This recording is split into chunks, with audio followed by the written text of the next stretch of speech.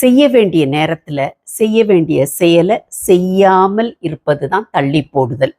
Procrastination என்று இங்கிலீஷ்ல சொல்லுவாங்க. இது பாருங்க, எக்ஸாம்பிள்ஸ் கொஞ்சம் சொன்னா உங்களுக்கு நல்லா புரியும். காலையில எழும்பினோடனே பெட்ஷீட்டை மடிச்சு வைக்காம அப்புறம் மடிச்சு வச்சுக்கிறேன் அப்படின்ட்டு போறது. அம்மா கடைக்கு போயிட்டு வாம்மா கொஞ்சம் சாமானம் வாங்கணும் அப்படின்னு சொன்னா, இப்பதாம்மா உட்கார்ந்தேன் அப்புறமா போறேன் அப்படின்னு சொல்லிட்டு, கொஞ்சம் பொறுத்து போறேன் அப்படின்னு சொல்லிட்டு, அந்த கொஞ்சம் பொறுத்து போறேன்றது வரவே செய்யாது. அப்புறம் அதை அப்படியே விட்டுறது. இது எல்லாமே இந்த தள்ளி போடுதல் அப்படின்ற கேட்டகரியில வந்துவிடும். வீட்டில் இப்படி சின்ன சின்ன காரியங்கள்ல இந்த தள்ளி போடுறத செஞ்சீங்கன்னா உங்க படிப்புலையும் அப்படிதான் செய்வீங்க. படிக்க சொன்னா அப்புறமா படிச்சுக்கிறேன், பரீட்சை பக்கத்துல வந்த பிறகு படிச்சுக்கிறேன் அப்படின்னு சொல்லி தள்ளி போட்டு தள்ளி போட்டு அப்புறம் பரீட்சையே பக்கத்துல வந்துடும்.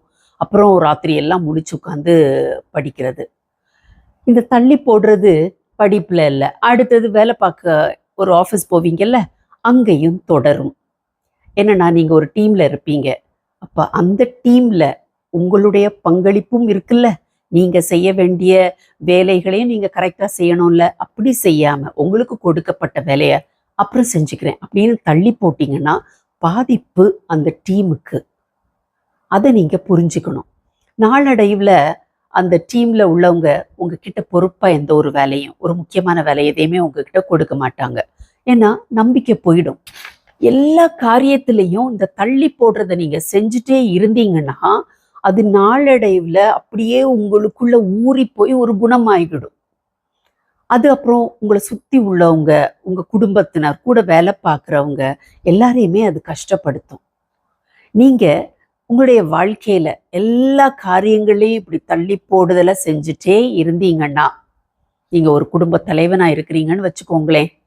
அப்போ நீங்க இப்ப வேலை பார்க்குற நேரத்துல உங்க பிள்ளைங்களுடைய படிப்புக்காக, பிள்ளைங்களுடைய திருமண செலவுகளுக்காக, அது மட்டும் இல்லை, உங்களுக்கும் உங்களுடைய வாழ்க்கை துணைக்கும் ரிட்டையர்மெண்ட்டுக்காக எல்லாம் இப்பமே ஒழுங்கா சம்பாதிச்சு சேர்த்து வச்சிங்கன்னா அப்போதான் அது உங்களுக்கு பிரயோஜனமா இருக்கும். அப்படி இல்லாம இப்பமே எதுக்கு எல்லாத்தையும் சேர்த்து வைக்கணும், அப்புறமா பார்த்துக்கிறேன் அதையும் தள்ளி போட்டுட்டே இருந்தீங்கன்னா அப்புறம் உங்களுக்கு தான் கஷ்டம். ஏன்னா இப்போ உங்களுக்கு இருக்கிற பலன் 10 வருஷம் கழிச்சு இருக்காது.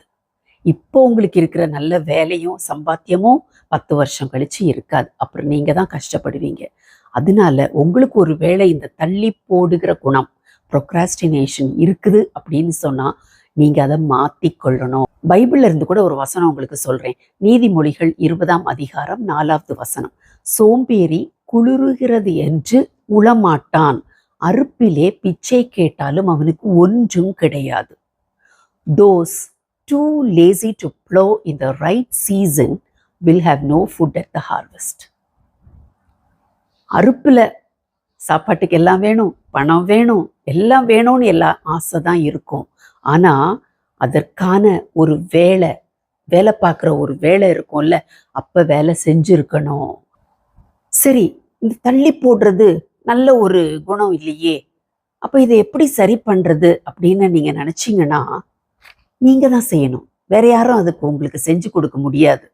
அப்போ நீங்க முதல்ல என்ன செய்யணும், டிசைட் பண்ணணும். அங்கேயே முதல்ல சரி பண்ணிக்கணும். எப்படி? அடுத்த தடவை ஒரு காரியத்தை செய்யறதுக்கு நான் அப்புறம் செஞ்சுக்கலாம், நாளைக்கு செஞ்சுக்கலான்னு சொல்லி நான் நினைக்கும் போது அதை முளையிலேயே கிள்ளி எடுத்துருவேன். கிள்ளி எடுத்துட்டு உடனே அந்த வேலையை நான் செஞ்சிருவேன் அப்படின்னு முதல்ல டிசைட் பண்ணணும்.